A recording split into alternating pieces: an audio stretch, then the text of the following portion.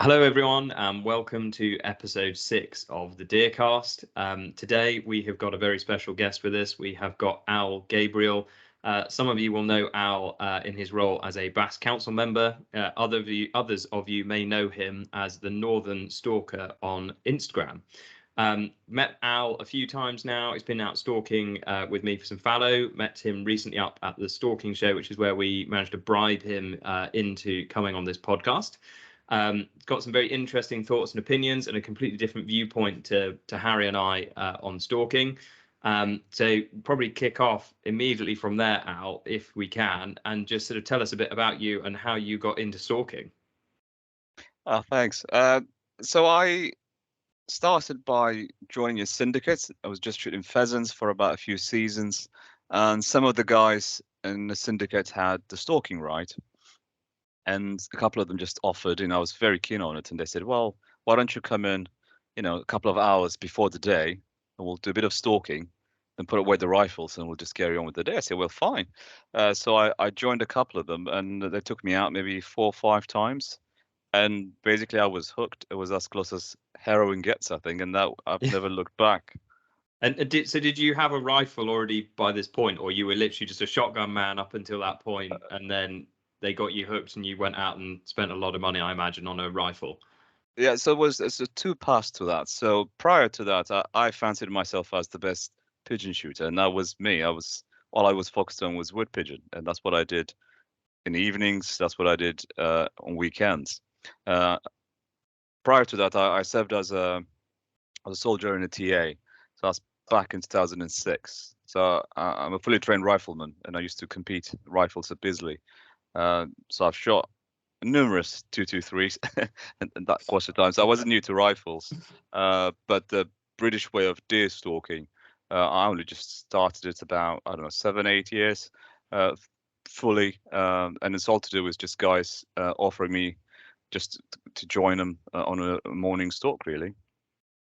And was that your introduction to shooting as well in terms of the TA? Was that where you sort of started with rifles and everything like that? Not primarily. I mean, I've shot before since I was a child. I'm East African by birth. I'm Ethiopian, so I've only been in the UK since I was 16. I've shot prior to that, but the British way of doing it, yeah. I mean, I started mainly with the TA. It's always nicer when you use ammo paid by Her Majesty. It's always cheaper. Still was the good old days. You could take, thousands of rounds for a weekend. It was all free. Now you have to pay for it, But yeah, that the TA is my first way into professional shooting. So I was coached by some of the best shots in the country from the army point of view. When you spend weekends Purbright or Bisley, you get to come across. You just randomly run into 1 para or 2 para. They just happen to be there, and you do get to spend weekends with them. And you do pick up skills that you normally wouldn't get. I was in infantry, so we had, I was in a reconnaissance platoon, so we had some of the best training for infantry. But even then, it's always nicer running to regiments you normally don't train with, and you get to, to hear what they do, and they pass on some of the knowledge. So I competed for about 3 seasons. So that's primarily where I kind of honed in my complete interest in ballistics, rifleman principles, and I still hear my sergeant major in my head every time I pull a trigger. It's just ingrained. Yeah.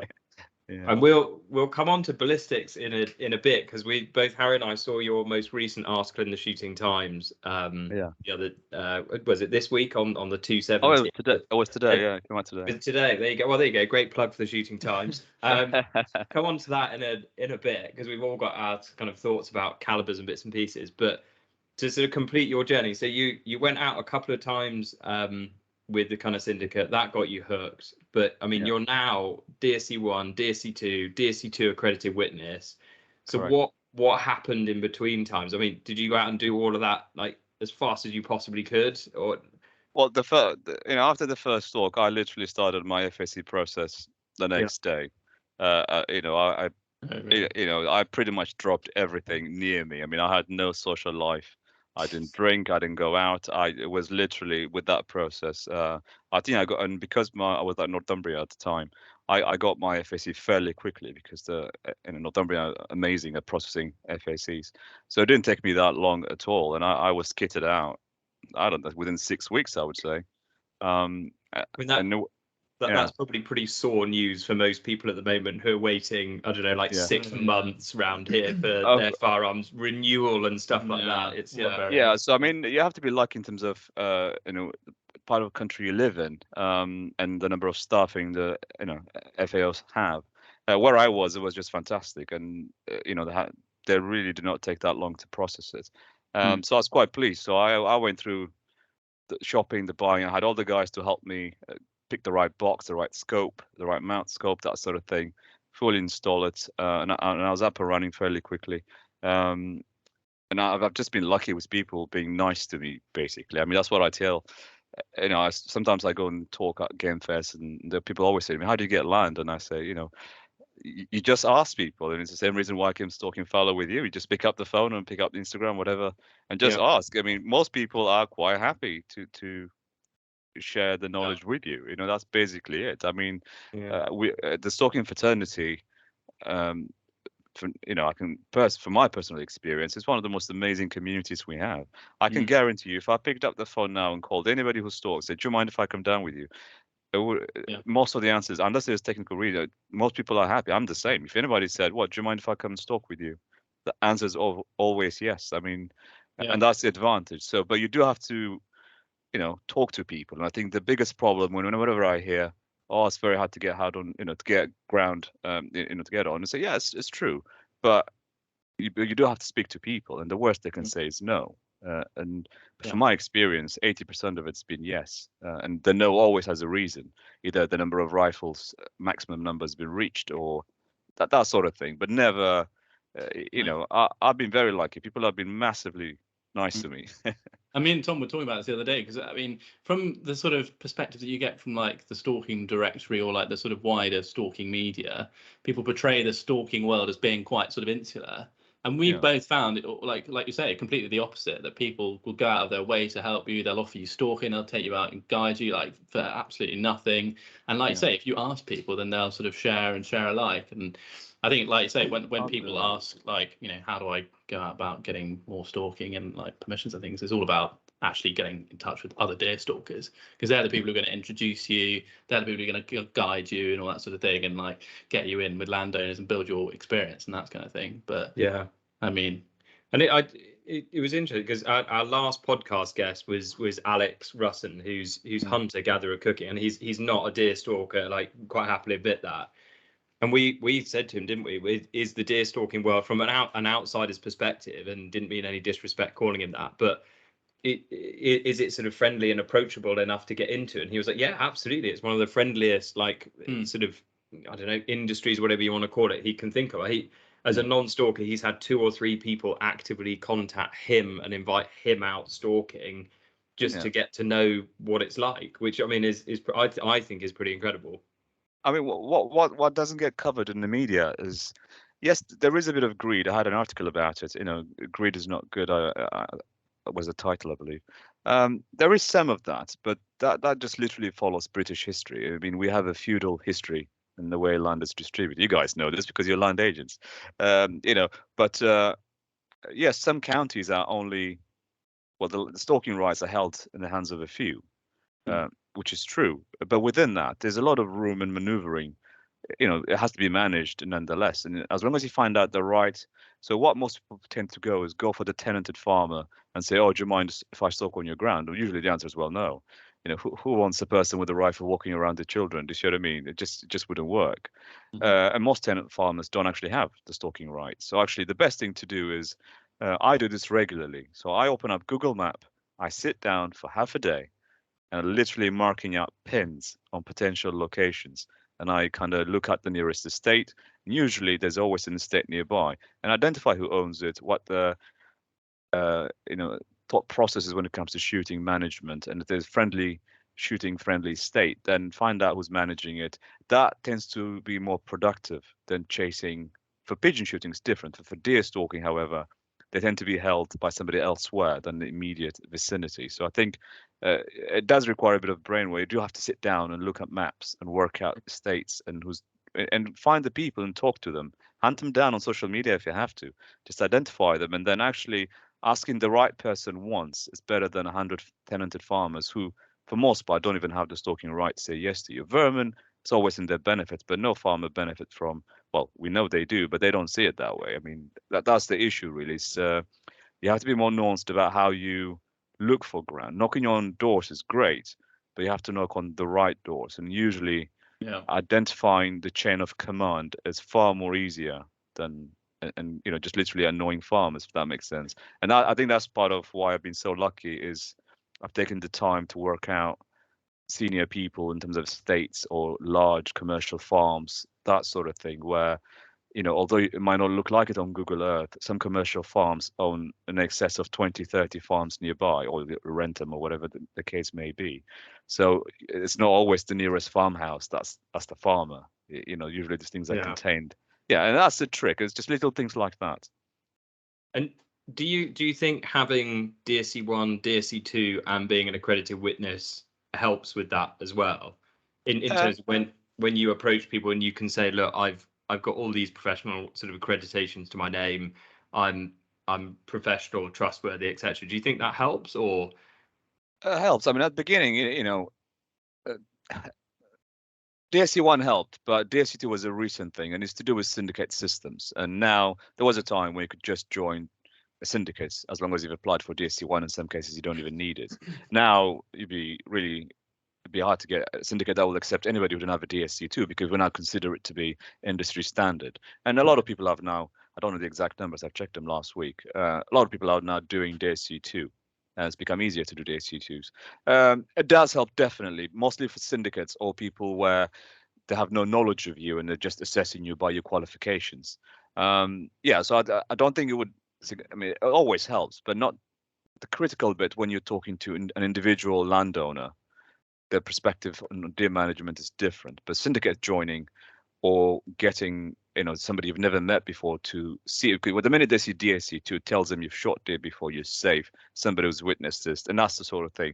But from my experience, mostly deer permissions come from word of mouth from a friend of a friend who can vouch for you, and it always helps. There's no harm in having DSC2, but I know a lot of people with DSC2 who struggled to get on ground, and that's the key bit. Which one of the things I'm trying to change is on how to discuss that later, I suppose, but and how to facilitate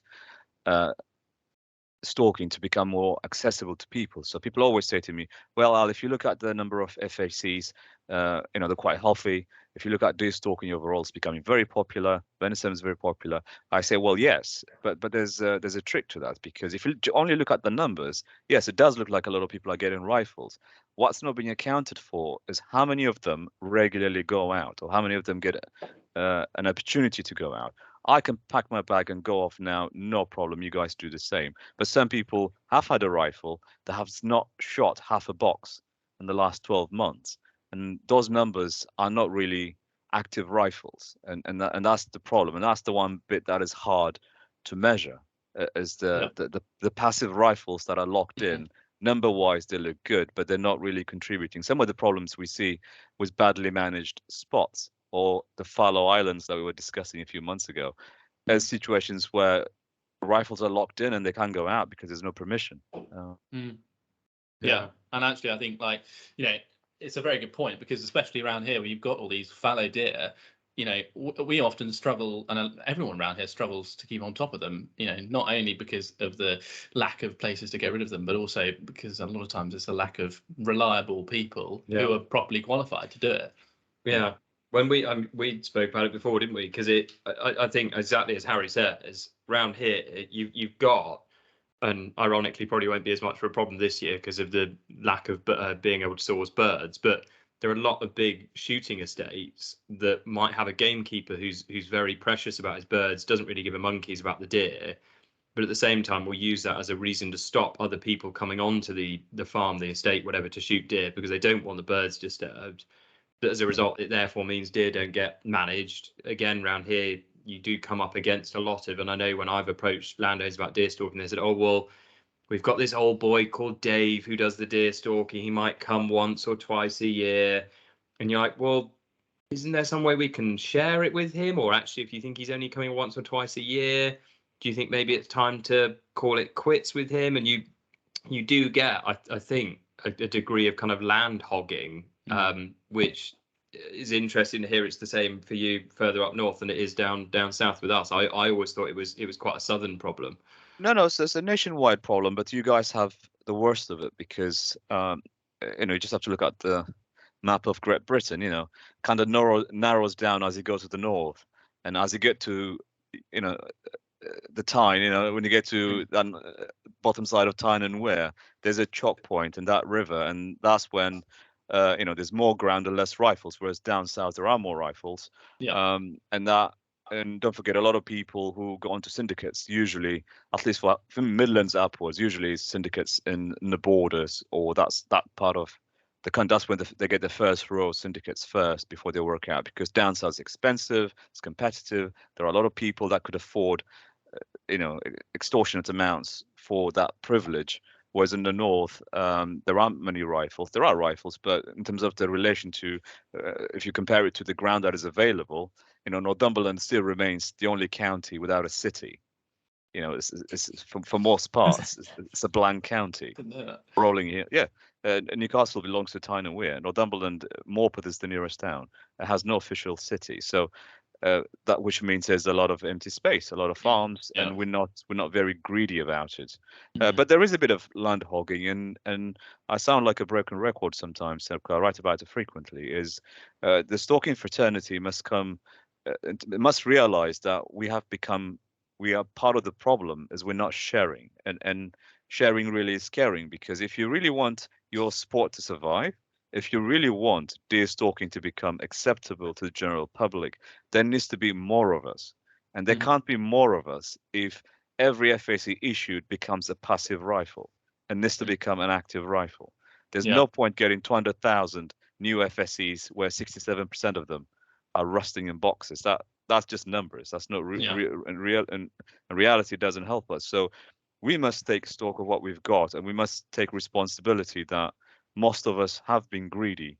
Most of us have rejected invitations for people to help us out, and and that has to stop. Otherwise, we must all together accept the fact that we are a dying breed, because we have not managed to organize ourselves to bypass this issue. Because the fact that newcomers are coming on, but they're not really getting on ground, as it's the same outcome. We're getting no new stalkers.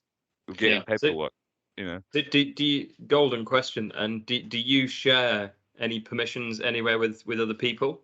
Openly, I organize open cull days where I literally go on Instagram and said I need 6 rifles Saturday, this day, this time, any availabilities, and really? I get emails, and I meet people I've never shot with before, and they come in. So I do my due diligence, and I do check that they've got their FACs. And given how small this world is, I just go Instagram and see who our mutual friends are. I just give that person a ring. What do you think about Tom? Is he all right? And they say, oh yeah, I've shot with him. He's in my syndicate. And I don't tell them that, but I do my homework prior to them arriving. And then it's quite straightforward. I specialize. Sounds wrong, but my priorities are giving women opportunities for stalking. So I've hosted about in excess of 100 women by now in the last 7 years, where literally I've had people from Montana, Tennessee, Austria, down south. A lot of women come up here just to because most of them are friends. They come and stay with us. So my fiancée Martina, she's a good cook, so she cooks for them. I take them out shooting. They spend a weekend here, from range work to deer identification, stalking skills, that sort of thing. I take them through the whole weekend. So most of them shoot their first deer, and some of them will take the carcass, and that's and I don't charge. I don't have a business for shooting, and we do it freely. And a lot of people have come and enjoyed it, and recommended their friends. I get the odd, 3 or 4 requests from friends who've come to stalk this. I've got a friend, she wants to come and try it. Do you mind? And absolutely fine. And guys are the same, and a lot of people have become really good friends because they've been reliable. Every time I said I need 4 rifles for Saturday, they've always turned up on time, and I've done it regularly. And I've helped people apply for FACs, given them opportunities to come use their rifle on my ground whenever possible. So, the question every stalker must ask is, look at the last 12 months and how many people have you taken out? How many people have you helped with their FACs? How many people have you supported and championed? If the answer is no, I'm afraid I've got bad news for you, that you are the problem. you're not helping the industry move forward. We love what we do, we care about it, we want to pass on to the next generation. There's no organization that would do it for you, and we are responsible. And there aren't many of us. There aren't many of us. A few thousand people in the country, and if you're not bringing in one person a year, there lies the problem. Yeah. And have you had any horror stories with people you've taken out, in terms of, have you taken someone out and it's turned out to be a complete disaster, or they've hated it, or anything Not like once. that? No. Not once. Well, there you go. Everyone appreciates what they've been offered. Everybody knows how rare of an opportunity it is. Everybody knows how, the kind of faith you're putting in people. I mean, lucky for me, the area I operate in is measured in thousands of acres. I can put a rifle per 1,000 square meter. The distances are vast. Yeah. So I can place people, on a large map, and they're quite safe. So it's not always possible. But even if you leave someone on a high seat, literally show them their arcs, the danger areas, and leave them be. That's good enough. You don't need a lot of people. You just have to convince yourself you brought in one new person a year. I think that's a fair deal for anybody who wants to continue stalking deer, and I think it should be a commitment to anybody who enjoys I the think that's sport. a really fair point. Maybe there should be some sort of mentoring scheme, or you sort of adopt a new stalker once you've done your so many years, or whatever. That might maybe something like that. Absolutely. A lot of people doing that with farming, sort of bringing new entrants in, and things like that. Some sort of a paternity pledge, And it's a challenge. Well, in two ways, there's a challenge there for all our listeners. If you are one of those people that's not helping bring someone on, then you ought to. And if you are a listener that's perhaps struggling to get on with your stalking, it sounds as though there's an open invitation there to get in touch with Al, or potentially one of us as well. We can see if we can help. And there is an advantage to that, because it has happened in my own experience, where somebody I've mentored, brought up, helped with the FAC, got them through the process, and they've managed to get their own ground, and I have been invited in return and stalked a species I may not have. You know what I mean? So there are benefits in having, they always say your network is your net worth, and it's true. And I think knowing a lot of these stalkers only helps you stalking, because they recommend you to their friends. If I ever needed a help, I just literally go through. You get my emails all the time, Tom. I just look at somebody that I know, I trust, and if I have a question or some fact I want to check, I just give them a ring, and they get back to me with the answer I want, and it just makes it a lot easier. The worst thing to be, I mean, stalkers by default, it's always said, are we solitary? It's not always true. I mean, we might be solitary in our character, but we're not solitary to stalking friends. I think we all enjoy stalking friends, because the solitary in a group is not solitary to everyone, and I think that's what gets misrepresented. I mean, yes, our character is solitary. I mean, I'll give you that, but we're not solitary to our own fraternity. I think we're quite friendly, because we want to talk about deer. We want to talk about calibers. The age-old question: pull a pin and run away. That sort of question. That was going to be I think both of our next questions. Yeah. So let's pull that pin. Yeah. Oh God, is this a safe space? This is a safe space. We love you. We trust you, Al. So before we get on to what you use now, a quick question for you: is it the same as what you applied for originally? So I applied it for 243 first. Yeah. And so you've then still got it. I've still got it. It's my guest rifle. Yeah, I've still got it. What have you graduated, in inverted commas, onto? So I have graduated to the reigning king of the West. I've graduated to a 270 in its full glory. Okay. Quite a punchy.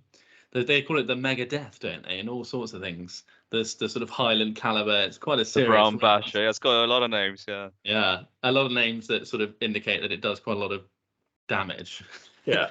That's the misconception, you see. That comes from the old 270 Parker Hell from the old days. This badly constructed story. That's where it comes from. Modern 270s are. I've had petite women fire that 270.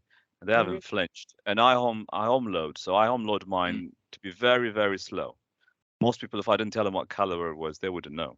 I could have told them it's a 243. Unless you're seasoned, you wouldn't know. It's loud, but like I say, I've had petite women fire it with no issue whatsoever. So I know it isn't within reach of everyone. Do you intentionally load slow for that reason, so that it's less of a punchy kind of recoil to it, or is there another reason? Oh, I've shot heavier things to that. No, I mean, with that rifle, or any modern 270, I shoot a Sako A7 for your listeners. I've got a synthetic stock stainless steel. This is plastic fantastic, but it's for a reason. It's a working rifle in a very wet part of the country, and it gets dragged around a bit, and it's fantastic. I slow it down because over the years, hundreds of carcasses later, I know what that bullet does to a roe body, and that's that. I specialize in roe. That in fact, that's the only thing that excites me. I'm not that excited about red stags or what. I mean, I've shot them, but I'm not that. It's not my thing. If that makes sense. My entire, and I have an academic interest in roe. That's how that's my species. It's not everyone's cup of tea, but that's mine. As it happens, so I know what bullets do on that particular species. So I've adapted a particular bullet to travel slow, go in and go out. I've shown it to people several times with a hole the size of a 2p. So that's the reason why I've slowed it down, is so that it comes out better than a 243 in some cases. Shot placement matters. There's no point putting on, obviously you put it where it's supposed to be. It normally comes out.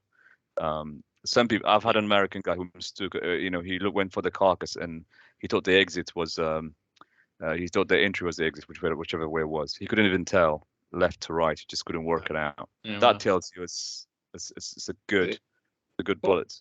Yeah. What sort of speed are we talking? Like how many feet per second? So the last one, I don't own a what do you call it? It's roughly just around 2800. Okay. Yeah. Look, most boxes are about 3000. Pretty fast, yeah. Yeah. So why the 270, if I may ask, for roe? Because I mean, a lot of people will say 270. That's ridiculous for roe, or that's way too big. Yeah. It depends what you shoot. So there's a massive difference shooting factory loads and home loads. Massive, two different disciplines. As far as target shooting versus deer stalking. So what you shoot and where it comes from matters a lot. You look at these magazines, all these, they put V8 hinges on these bullets to show you how fast they fly and all that stuff. Well, if you're a target shooter, well, speed matters. Drop matters. We're deer stalkers. We have none of that. So information online is clearly divided into for target shooting and for deer stalking. I'm afraid a lot of it comes from America, target shooting, which is a completely different discipline. But information trickles through to deer stalking. I am not a fan of pointy, tiny little bullet and big bullets with needle-like structures. That is all precision that's based on targets. I've shot targets, and deer stalking is different. I like old school snubby bullets, slow, ugly looking bullets, because they do their job and they're there for a reason. They've lasted centuries for a reason. Yeah. And I don't subscribe to new names, new packages, or new colors, or new polymers, etc. Obviously we've now transitioned to copper, so matters are different, but until recently I'm very old school when it comes to the type of bullets I use, and I respect why it's still there. I have not seen the reason. I can tell you what happens when I fire a factory load on the other end, but like I say, I've completely switched to home load. I've worked out the load, which over a course of 6 to 7 months, I've tweaked every single aspect of it, and I've concluded on a recipe, and that's what I load blindfolded. That's basically it. And I've proven that it works on my quarry to an exceptionally acceptable exit wound and meat quality, and that's basically me. So what sort of weight bullets are we talking here? 130 grain, so standard 270. So from my point of view, a slower 130 grain bullet for my rifle, my setup, people wouldn't tell entry from exit. You can in some cases, depending on where it goes, but it is as close as that, and that's how I measure it. Your variance from entry to exit determines what your bullet is doing. Hopefully, the closer the two entry and exits are similar, that's what you want. There's no point shooting something where half the body's disappeared. You are trying to eat this thing at the end of the day. Well, that was my question about what's the meat damage like? Because, well, I don't know. I mean, I've shot with, I suppose you're shooting quite slow loads, aren't you? Because whenever I've shot anything with sort of heavier grain 308 roe deer, it's always been quite good. Whereas, like say, with the sort of 243, 58 or 60, 70 grain, it's normally pretty horrible. It's mush. Yeah. I mean, I've seen carcasses where bullets have shattered. Light bullets, fast bullets that have shattered. 85 grains, that sort of thing. Yeah. They're absolutely fine. But like I say, I mean, deer stalking is all about statistics. I should tell you that. I've become a scientist by trade. It's all about statistics. As you can use it 90. You can shoot it all year, nothing might happen. But what you're trying to prevent is that odd occasion once a year, twice a year, where you have to track it. Now that's basically it. And I always tell people, whichever caliber you pick, as long as they're deer fit caliber, they'll do the job. No issues there. And I've said it and highlighted today that there's no such thing as overkill. There is certainly underkill, and that's what you're trying to prevent from. So the caliber question is a tough one because we must all agree that they all kill and they're good for deer. So it's a matter of whatever you pick. And if you shoot muntjac versus red, you have to adjust for that in terms of caliber. You have to adjust in bullet weight. You have to adjust for bullet design. Is it bot tail? Is it flat tail? There's a million reasons why you have to try different things to find what works for you in your setup. And whatever you pick, it's absolutely fine. We don't have to get militant about our caliber of choice. There are some aspects of them, but really a caliber means nothing. Your bullet, however, matters. And we can sit and argue about 308 versus 270 and what have you and ballistic, but we both know ultimately what really matters is what you've tested on your quarry and what puts it down consistently, and not just once or twice, but in hundreds of carcasses. That's where the statistics comes from. If you shot 100 animals, how many of them did you cock up and why? And that is the real question. And if your bullet caliber combination works for you, then you don't have to listen to anybody. You just can crack on with what works for you. And I think a lot of people get militant to the brand or caliber. I myself have been caught saying 270 as caliber of the gods, but we love our calibers, which is fine. But I definitely would not claim it's the best or it's the best for me. And we all have to find what works for us. However, there are ballpark scientifically based estimates that can be made by the categories of calibers that you have. Like attempting a 243 on a red stag, which you absolutely can, and people do. But some states now genuinely say they prefer you do not bring a 243, and you have to ask the question why that is. Why is a deer certified caliber not being invited in the Highlands? And that comes from experience of hundreds and thousands of animals. Which you can understand. Exactly. And with your sort of caliber choice, did the move towards copper bullets have any sort of bearing on that? Because I mean, I know a lot of people are saying that 270 is the sort of go-to caliber for copper. Do you shoot copper at the minute? I do. I've completely switched to copper about 17 months ago. I only shoot copper. I do have lead, which sometimes you can use on Fox. Charlie Fox comes in. There's no point wasting an expensive copper on that. So I've made it so that so my copper and my lead literally land about 0.5 mil of each other on target. So if I'm on a high seat and the Fox arrives, why send a £2.10 bullet when you've got 60p in your pocket, right? So you can do that. I mean, copper is difficult because it's monolithic. You've got a single metal there. There's no jacket or anything like that. I've struggled with getting a load that works. These bullets are extremely long, particularly when you get to the medium to large, particularly large calibers. So, I always describe them as small, medium, and large calibers. So when I draw, my intention, medium caliber for me is 6.5 northwards. A large caliber, I think 270 onwards is how I see it. And it just makes it easier to discuss. I don't have specific numbers as to why that is, but most people seem to get what you mean by small, medium, large. It just makes conversations easier. So the larger calibers, 270 onwards, are long, significantly long, and that really makes home loading difficult. Particularly in how the bullet's stabilized, etc. So it's taking me a while to work at it. I mean, I've got a chemistry that works. I've got a recipe that works, and that's what I'm using. So I use Fox bullets in 130 grain from Edinburgh Rifles. A good friend of mine, Ed, sent me a box to try about a year and a half ago, and I've worked on that. And they are snubby old style bullets, and they don't have a needle red top or anything like that. They're really old fashioned looking bullets, which I really like, and I've been very happy with them. The only difference is reaction to shot. That's the one thing that immediately becomes apparent to you. There's a slight oddness about it when yeah. You don't have that same slap noise. Yeah, Which get this whoosh. Yeah, yeah, which I find a bit, or I did find quite disconcerting yeah. at first. But that's really interesting that you were 130 grain lead bullets and you've gone exactly the same 130 grain copper bullets, because the kind of the noise within the industry is that if you're going to go to copper, you've got to go lighter.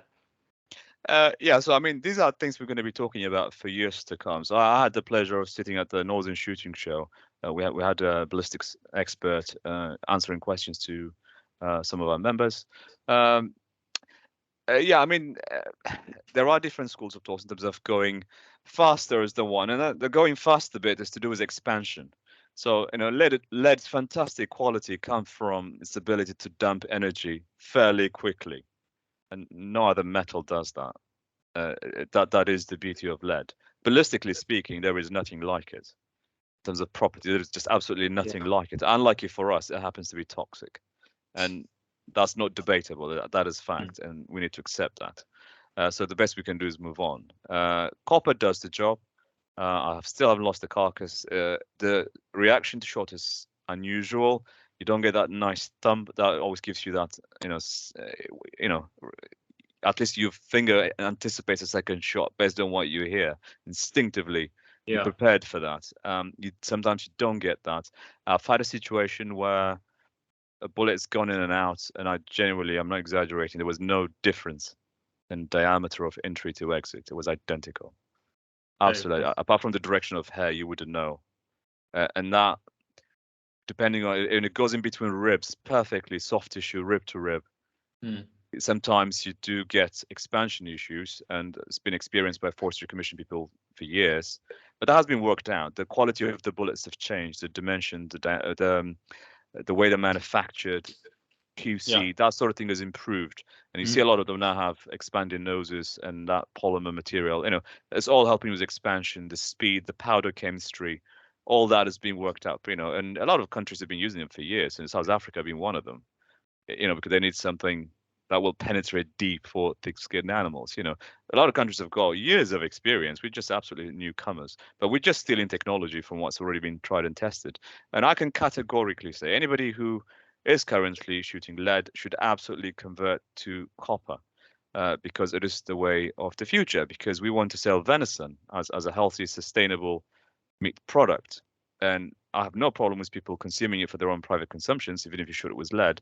But if you intend to put it into, public sector, then be sensible. We are competing with high standard of farming, and in order for us to compete in that space, we need to be forward-looking, and sometimes that's not a bad thing, because we do want venison to become a thing of the future, and it's hard to convince people to consume and serve it to their children while we physically know it's toxic. I think that's it's a big ask for parents to feed their children something that is classed toxic, and I think we have to be sensible about that. For whatever you do for your own consumption, it's up to you. But currently, anybody who intends to put meat into a public sector, I just don't see any justification as to why you don't do it. As the technology is here. Some of the biggest issue you hear is about 243, particularly copper for 243, because of the twist rate. It's very hard to stabilize a 100 grain bullet in a 243. Whereas there are 85 grain bullets available for it that are absolutely fine. I've spoken to a shop recently. There is a 100 grain copper bullet now available on the market that has been purposely designed to solve that issue. And Edinburgh Rifles make it, don't they? Exactly. Yeah, so Ed at the Stalking Show had some we were having a look at. Yeah. So they've controlled the length of that bullet, and they've made sure that it works. And others will follow. I've got no, it's a matter, as I've said, it's a matter of economics. These products will become available, and in some nations we may need change in policy. For instance, in Scotland, since you need 100 grain, a change in policy could easily adopt an 85 grain copper. There are ways of getting around that. But for most people, I see no reason why we can't switch. Yes, it's expensive, and I'll be the first to say it's expensive, but change requires commitment and sacrifice. And if we're going to save this sport for the next generation, England is not, the UK overall is not that bad. It's quite, other countries pay significant amounts of money to go hunting. We're fairly cheap. We have a lot of deer in a tiny island, 6 species. So overall, internationally, we're okay. We don't spend a lot on shooting. Europeans pay, extortionate amounts for these shooting rights. So I think we just have to bite the bullet and spend more, but for the transition to take place and venison to become the next thing. And that's what really is going to sustain us. And we need to be seen to following evidence-based approach to how we present meat to the public who has no understanding of how things are shot. Yeah. So I'm going to pull the pin out of another grenade now. Yeah. Because I mean I feel like we've had the potential to be quite controversial on a few bits we've mentioned, but we haven't been that controversial.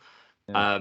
So I'm going to intentionally try to be controversial, and that's you, Al, and I have spoken on Facebook because I recently went out and bought another Kipplauf rifle. And for anyone who doesn't know what that is, it's a single shot kind of like break barrel rifle. For me, the real attraction is you can basically dismantle them, put them in a briefcase, and no one knows you've got one. So that sounds really dodgy, but as in, like, if you're traveling around the country deer stalking, or I don't know, you need to take it into the office because you're going roebuck stalking after work or something like that. That's why they sort of appealed to me. But Al, you called me out on Instagram when I sort of posted a picture of this brand new beautiful Kipplauf rifle, and you said, I don't think it passes the ethics test. That's correct. So do you want to quickly, we might lose some viewers or we might gain some viewers, and I think, to be fair, me, you, and Harry have all got different opinions on this. Do you want to explain what you meant by the ethics test? So for me, I look at the single shots rifles and they're beautiful. They're beautifully crafted, and for the reasons you mentioned, portability, they're just fantastic little toys. The proper rifles, but there's something about them that attracts most people. I would love to own one. I just wouldn't own it for deer stalking. That's where you and I split parts. The reason being, firstly, you have to explain to me how quickly can you reload it. I fired one years ago, and I can't remember being able to reload it as fast as a bolt rifle. I just can't. But you might correct me on that. So if your reloading rate is as close as a bolt action rifle, then you and I are fine. We have no ethical issues whatsoever. But if your reloading rate is a second slower than what you normally would do, then we do have an issue in terms of why that rifle is being used for deer. So ultimately, the way deer are managed, the reason we have laws in terms of the bullet weight, the speed it travels at, what it's made out of, and etc., is deer welfare. Anybody who pulls deer on deer better make sure that they are capable of taking that shot, they are capable of putting down that animal. Now, if the situation is anybody who's shot deer, we've all missed, it happens now and then. That's the day that's the 1 in 100 we prepare for, spend years making a perfect bullet for. So unless you can tell me your reloading rate is the same, then the question is, why would you take that chance? Where I stalk, we have ticket forest, pine forestry that stretches thousands of acres. Little trees that just move in the air. You kind of in the foreground of your scope, you can't even spot them. A lot of people see that, where I am, I'm only stalking roe deer. It's a tiny little thing. The error rate is high. Anybody who shoots large deer has got a bit more backing. I mean, smaller deer are tough as they are because the height of the animal always brings you close to high crop heights. It's just difficult. There's always something in between that you can't actually spot on your scope. So I know you mostly focused on fallow. It's a much larger animal, an open field. But should that shot go sideways, and where I am, for instance, animals are, unusually no more than 10 yards of a ticket line. And once they're in, they're off to Scotland. I mean, you better have a good tracking dog to get in there. So my reloading rate has to be instinctive. I mean, that's what I tell my guests all the time, is how to recycle brass that fast. Then the old Wild West style reloading, you need to recycle fast. It's a long brass rifle, it's a 270. You need to really be spot on, irrespective of what you hear. you need to get the second round in, and that is best practice. That is what we teach people. Take a shot, reload, make safe, and wait, and observe the reaction of the animal. So if a person takes a shot, shoots I don't know, in a badly placed shot, and the animal is doing whatever it is doing, unless you can assure me the second round is being chambered in a proximal time, then you're going to have to justify your action as to why you've taken a single shot rifle in a situation where you need to cull an animal. Now, that's my argument for why it fails the ethical test for me. But it will pass once you tell me the reloading rate, in which case I'll scratch that opinion straight away officially. But if it's a second slower, and then that is one of the reasons why nobody pulls it. I mean, you must be absolutely certain, and you've got the right backup, the right magazine ready to undertake shots. Particularly, let's say, in winter when you're culling does. You've got followers. There's a summertime. Okay, you might be after one buck or like whatever. Whatever you're after could be unique in the location and the environment it's in. But winter stalking is completely different. We're talking multiple animals. And we're multiple, animal family groups of 5 and 6 and 7 to 10. There's a lot of eventualities, and we've all been there. So the first thing I'd say is that the speed question, I think you could even direct that at bolt action rifles and say, well, if a second is all the difference we need to say that it's not ethical, then why aren't we all using straight pull rifles? Because those are undoubtedly quicker than a bolt action. On a Kiplav, yes, it is slower.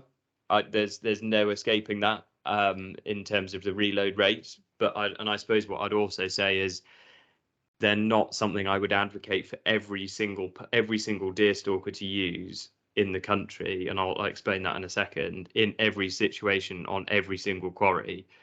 So for me, I use it purposefully chambered in a big caliber, so a 308. So I know if it hits wherever it hits on an animal, it's going to do enough incapacitating damage that you have got time to chamber another round. So even if you gut shoot it or you leg shoot it or you clip the brisket or something, there's enough energy there that animal is pushed off its feet for long enough that you can get another round in the chamber quick enough to let off a second shot. For me, I've got kind of my own rules about the distances I'll use it at as well. So it's not, and I should say, it's not my main culling rifle and never will be. So for me, culling large groups of fallow, it'll always be my bolt action rifle for many of the reasons you've just outlined. But for sort of especially kind of roebuck, fallow bucks, that kind of thing, the odd animal in and round here where we've got nice big open arable fields, normally decent backstops, very little in the foreground that's going to disrupt bullet travel. I think they're just as reliable as a bolt action rifle for me. Yeah, I mean, I would love to have straight pull if I could afford it. Anybody wants to me straight pull, why not go automatic?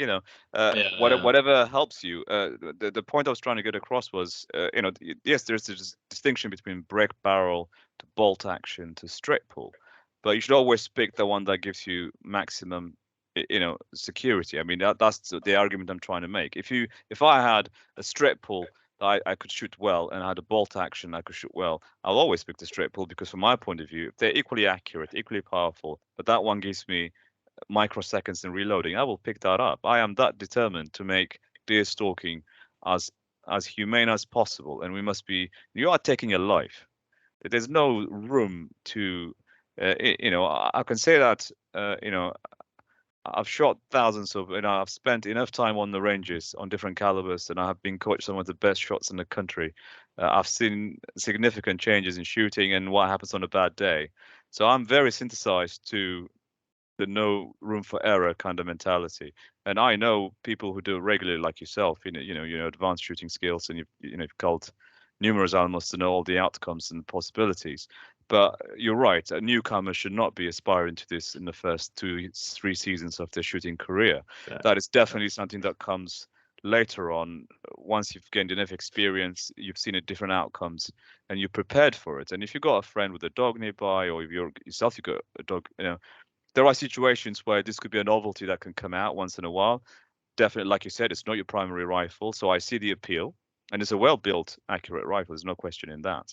But for me personally, that ethical question was with regards to, if you have the option, why Yeah, take a yeah. rifle? And that's Well, why. we had this discussion and we thought, well, why don't we actually see what the difference is? So that is going to be in the pipeline. We could probably do a straight pull as well, just to see what the difference, because I think that would be quite interesting, what the difference between a straight pull and a bolt action with people who actually use, I think it'd be amazing if you guys could line up 3 of them and establish a reloading rate. So each one of you shoots all 3 and somebody times it. I think it would make it, because I think it's an interesting. We have to talk numbers at the end of the day, and if we're talking microseconds, then yeah, an argument can be made for in a seasoned hand, somebody who knows their bullets, somebody that knows the ground, their quarry. I can see it. I mean, and I don't believe anybody will consider a single shot rifle as their primary working rifle. Unless you know somebody, I don't know any single person that takes that rifle out as a working rifle regularly. I don't know. You can correct me. There's only one person and is Owen Beardsmore at Service UK. So he, funnily enough, contacted me once. I got one and was like, "You're going to really love it. It's a great rifle. Use it all the time." So okay. But I mean, in fairness, he's a man with, I don't know, 30, 40 years of deer stalking experience under his belt. And I still, in fairness, I think whilst he says uses it all the time, it's probably still not his primary stalking rifle either. Yeah. No. But there are many people with 40 years of experience like him. I mean, there's only a few individuals that could really take there's probability of danger, and with that level of 4 or 5 years, decades of experience, that could be mitigated. It's just. Yeah, I mean, the newcomers should not be on it or should not spy it. I mean, that's the point, really, is deer welfare is the only way we can survive, and we have to be spot on, no room for error. And that's really is the key. It's not, if you cock up a shot or something terribly goes sideways, what have you, and you have to call, let's say, I don't know, UK DTR to come and track your deer. It happens once in a while, and we all, but it should only happen once in a while. It should never happen. Yeah. Because you've picked a rifle that increased those chances. That's my viewpoint. It's quite militant, I know, but we really must get that message out. You must take the best rifle, best bullet that you can afford, get access to each and every time. There is literally no time where there's room for slack. That has to be carved in stone. And that's the message, really. It's a good point and well made. And I think, it's a good thing to be putting out there. I'm glad you brought up sort of following up and UK DTR and dogs, because I saw a picture of you with your dog, and I was wondering if you could just talk through it a bit, because you've got, I understand, a slightly less than usual stalking dog. Yes, I have an Alaskan Malamute. She's 8 now. She's pushing us. A large dog's edge quicker, as you know. So I never got her to be a deer dog. In fact, she was an engagement present. She came with a ring, So every time it's her birthday, I know it's her engagement anniversary, and we're still not yet married. It's the long engagement, you see. So she's an Alaskan Malamute. It's a pastoral working dog, sled puller essentially. She just started going out with me. I've had her since she was 8 weeks. She was going out on pigeon days. So she learned a bang meant bird will fall out of the sky. So every time you pull the trigger, she'll look up. Because it's a very intelligent breed, very perceptive. She weighs about 46, 47 kilos. So not a light dog. But she scents air, so she works differently to your regular dog. So she can stand in one location under my sticks, and she can scent a mile away regularly. Sometimes I'm, Instagramming on my phone, and I only pick up my rifle when she moves, basically. Whenever she's got sharp ears, like husky-looking ears, and when the minute they put some up, you can almost put the rifle in between, and behold, the deer is not that far. So she's not a brilliant tracking dog. She has no interest in dead deer. Her entire obsession is on live deer. Every time I walk her, she stops. I know there's deer nearby. You just have to follow the wind. So I'm not, I'm not good with training dogs. I just got lucky with this one that just, because she went out since she was a pup, she just got the obsession. She got the deer bug as I did. So we had, years and years of row, and she's fantastic in winter on snowy days. I remember Beast from the East. Most dogs would have quivered. I mean, she was loving it. She's camouflaged perfectly. And most deer look at her in summer. they look at it and they freeze because they can't work out what that is. And that gives you plenty of time to shoot. I mean, I never trained her. She's not the perfect dog. She just has this amazing ability to work out deer, which just comes, I don't know, innately from a wolf. I think she just, compared to most dogs, she just seems to know where they are. She normally, if I move the stick, she adjusts with the stick instinctively. I never taught her that.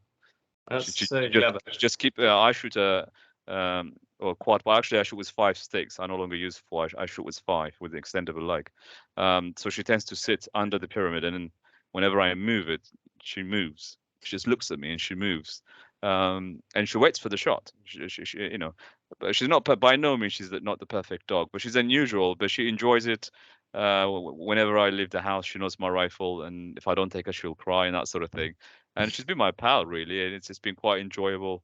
Like I said, not a great tracker. Once they're shot, she has no interest in them, apart from eating them. But but yeah, I mean, you know, you should have a professional dog if you could, you know, if you're able to have one. I'm not a good dog trainer. People who know me absolutely know that I'm terrible with dogs. I spoil them, etc. So I should not be trusted with a young pup. But this one I've been lucky with. She's pushing on now, so she really goes out. So where I am, I struggle with ticks. We have enormous. I mean, the numbers of ticks we're seeing are, and she's furry, like a double-coated animal. Last time I took in excess of about 27 ticks from one afternoon. Oh my God. 27, and since then it's been quite. And she lives in the house, so you know it's quite a tricky thing to have a woolly animal running around with those buggers. So yeah, so at the minute she you know she's pushing on as well, so she's not as fast as she used to be. But yeah, I mean I've been lucky, a random deer dog basically. So it and then we kind of picked up on one of your comments there that deer kind of look at her and think, well, what is she? Which so I mean, well, you came out with me when I took out my lab, and I've never stalked with a dog before until I took my dog out. And I always thought deer would see them, be absolutely petrified, and just leg it.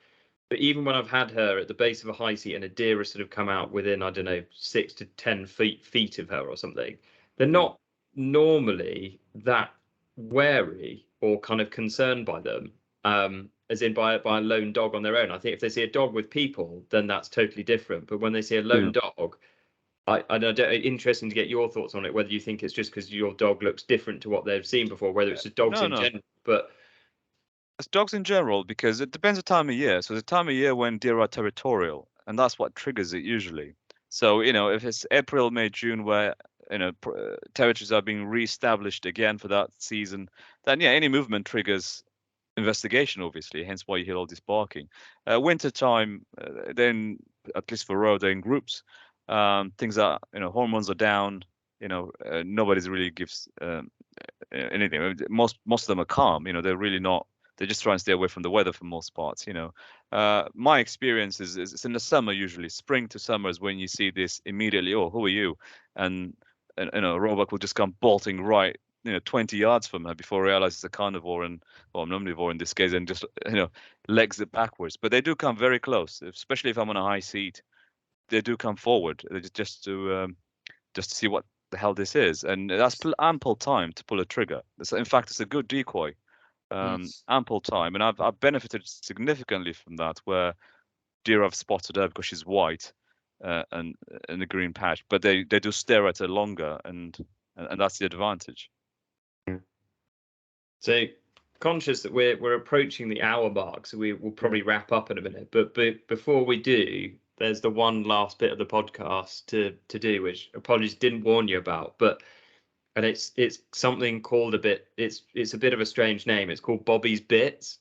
Okay. So basically, Harry's brother Bobby is also a keen deer stalker. He lived at home for about a year before going to uni, and he was working at the same time. So was in that like blissful period of life where you're earning money, have no rent, no outgoing, nothing. So he used to make Harry and I very jealous because he was always going out and buying kind of like new bits of kit and equipment and all that kind of stuff. Always had something kind of shiny. And so we on the podcast tend to ask people, okay, is there a piece of kit or equipment you're desperate to go out and buy or try, or what have you got your eye on at the moment? And it's called Bobby's Bits.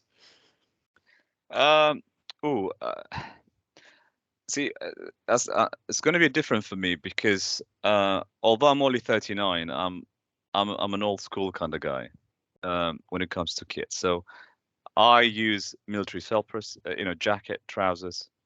I don't buy and sell guns. Once I get them, it's for life. I really don't take that much interest in kit. I do once in a while, but I'm not a kit monster. I've never been. But I am equipped fully to everything that a deer stalker needs. I have a professional rifle. I have a custom-made sticks. I use a thermal scanner. I have an Accolade 2 from Pulsar, this bino-looking superior thermal scanner. There's nothing else that matches it. I don't care what anybody says. There is nothing like an Accolade 2. It's just nothing. Ergonomically, it's just nothing, and it's just a fantastic piece of kit. And I rarely years will pass. I have a deer hunter jacket. I have a sealant jacket. My winter and summer jacket. Sometimes I've had them for over 5-6 years. I rarely change my boots. I have got Harkila mountain boots. I've had them for nearly 4 years. I rarely buy something, but although I have most things, and I think if people spent half the time learning about their quarry versus the calibers, the kits, and all this stuff that's around it, I think there will be there'll be amazing stalkers if they could just go outside, sit down and watch and forget all the kits. People have been hunting these things with bow and arrows for centuries.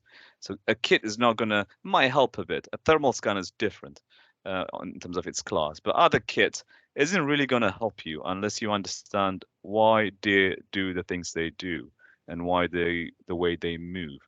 And that usually I find photographers have better understanding of deer than stalkers, because they've spent years photographing them and they've learned the behavior without understanding the biology behind it. They've kind of absorbed foot on the your boots on the ground. At one point, I don't want to take this too long, but one point I'd like to make is this view that whenever you speak to people about deer, the first thing they say to you is, "Oh, how long have you been stalking?" As some sort of a sign of measure, and that's wrong.